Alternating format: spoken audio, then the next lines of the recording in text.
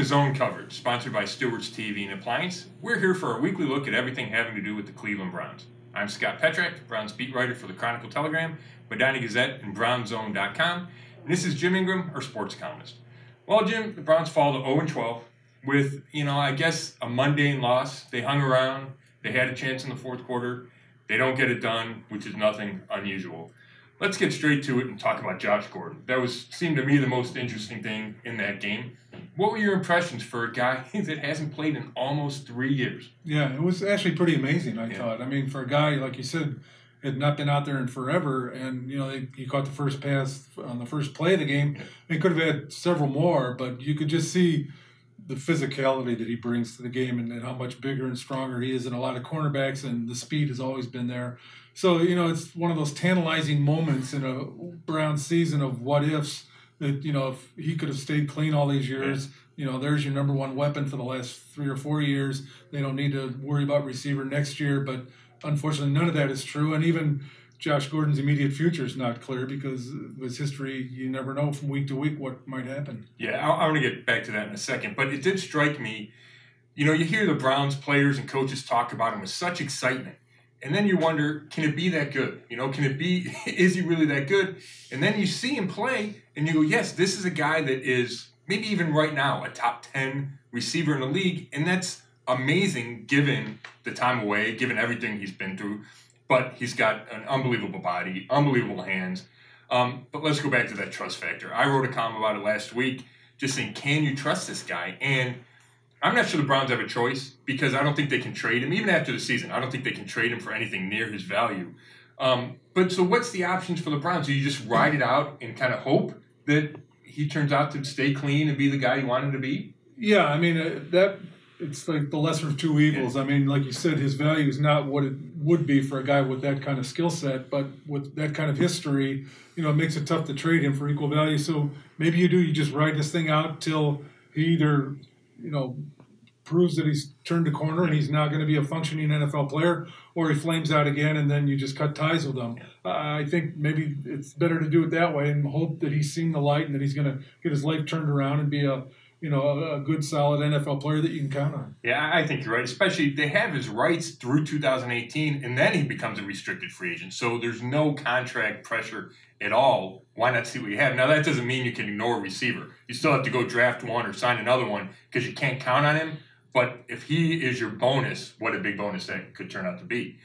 We talked about it about every week, Jim. And if I had $1 for it, I'd have whatever, $13 or $14. But DeShone Kizer, played another up and down game, threw for over 200 yards, but missed Josh Gordon multiple times. I think he might have had 2 or 3 touchdowns if Kizer makes better throws. Then has 2 late turnovers as they're trying to rally. So my question is, what do the Browns do at quarterback? And moving forward for next year, Hugh Jackson addressed it a little bit on Monday.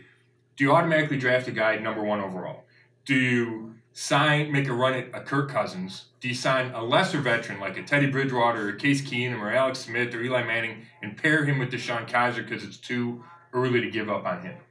Well, I would draft a quarterback number 1 because where this team is right now, it's virtually the same as next year's going to be the same as this year was, where you don't have a quarterback. And there's nothing wrong with Kizer having some competition next year. And if he keeps the job, he keeps the job. If he doesn't, at least you've got a guy that's backing him up that's played most of a season to go off of that. So I think it's such an important position that to ignore that with your first pick 3 years in a row would be suicide. And I just don't see how that's going to work. I get what you're saying, and you're probably right. And I've always been a guy that says the Browns need to do that for the first time since Tim Couch, right? They need to spend a high pick on a quarterback, and they failed to do that.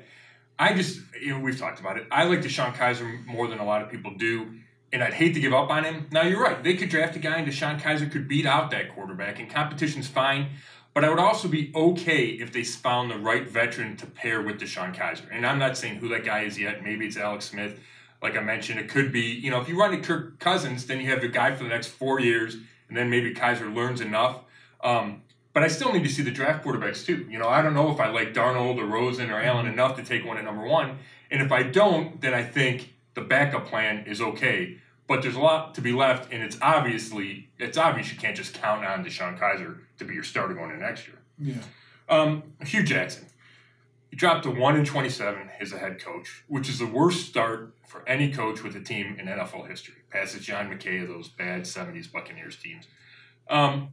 Jim, do you think there's any chance Hugh sticks around, number one? And number two, is he as bad a coach as his record is going to suggest when the season's over? Probably not. I mean, if any coach was as bad as this record is now, that coach shouldn't be coaching, obviously. And then he's got enough of a track record, not as a head coach, but in other situations where he's been a fairly decent assistant. It's just I think the everything goes back to just the roster and the lack of talent on this roster, and it just affects every decision that's made on every player, really, because it's just such a disjointed, young, inexperienced, talent challenged roster that.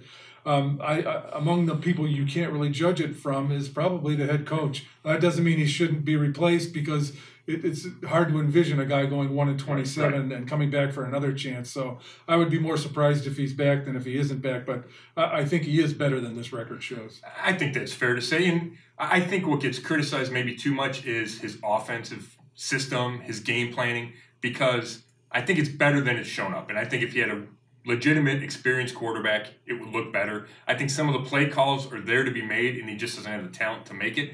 Now, that doesn't mean I approve of how he's handled stuff, because I think there's plenty of things he's butchered, including a lot of game management. And, he blamed the late timeout on offense on the malfunction of the headset. So that's okay. But if he had just used it to use it, that's a terrible timeout. And we've seen bad timeouts earlier this season. We've seen poor game management. I didn't like the way he handled Deshaun Kaiser, but I'm with you. He deserves. He keeps saying this team deserves wins. He deserves better than 1-27. I don't know what that number is, but it's got to be better. You mentioned talent. Let's look at this first round for a little bit. They had 3 picks because of the trade. Trade up, they traded down, and then trade back up. But Myles Garrett has now played 6 or 7 games. Jabril Peppers banged up his knee, but has played 10 games. And then David Njoku, the tight end, has his best game of the season in Los Angeles, almost at San Diego again. Benefiting from Josh Gordon on the outside, the middle of the field was open. Did they get enough? I mean, that's 3 players, but are these players good enough to say, yes, Sashi Brown and company actually hit on a couple of first-round picks?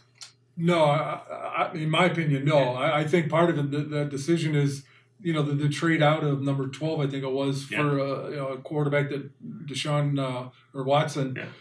You could have had him. You could have theoretically had Trubisky if you'd have traded up. And, I know Trubisky's going through some troubles in Chicago too. But so I didn't like any of that. I thought, as we've said, Myles Garrett was a no-brainer. I don't understand at all the use of Peppers, the way he's being used. You brought him in here to be a playmaker, and you're putting him as far away from the plays as you could possibly be on the football field. So I don't understand that kind of strategy, and it's really kind of just neutralized what a guy that was supposed to have a big impact on your team. Has he made even one memorable play this year? So I didn't like any of the 3 picks. I do like Njoku. He looks like a football player, and he's had some moments where he looks like there's something there to develop. Yeah, I agree with you. And we still haven't even seen enough of Myles Garrett. He has not dominated a game, and he's dealt with some injuries, and that's a concern moving forward. But it's almost when you're 0-12, you cling to anything. And Njoku has a game with 4 catches. You go, oh my gosh, maybe they hit on something, and maybe they did. But I haven't seen enough from any of the 3 to feel good about Sashi Brown and company making draft picks moving forward. Okay, before we get out of here, Jim, it's our weekly thing that we're going to have to do until they win a game. Do you still think they're going to win a game, or do you feel more like 0-16? And how do you think the Packers game is going to go on Sunday at First Energy? Okay, I'm changing a little bit. I do think they're going to win a game, but I don't think it's going to be this game. Okay. I think they're still, even the Packers with a backup quarterback could probably have too much talent for them. But that Bears game is looking potentially like the breakthrough game, so we'll see. I'm with you. For a long time I thought maybe it was a Green Bay game, that was going to be the game where they get the win. But Green Bay's only 1 game away from Aaron Rodgers coming back. They're still in the playoff chase. They can taste it. They just have more to play for. So I'm going to go 20-17 this week. Green Bay gets the win.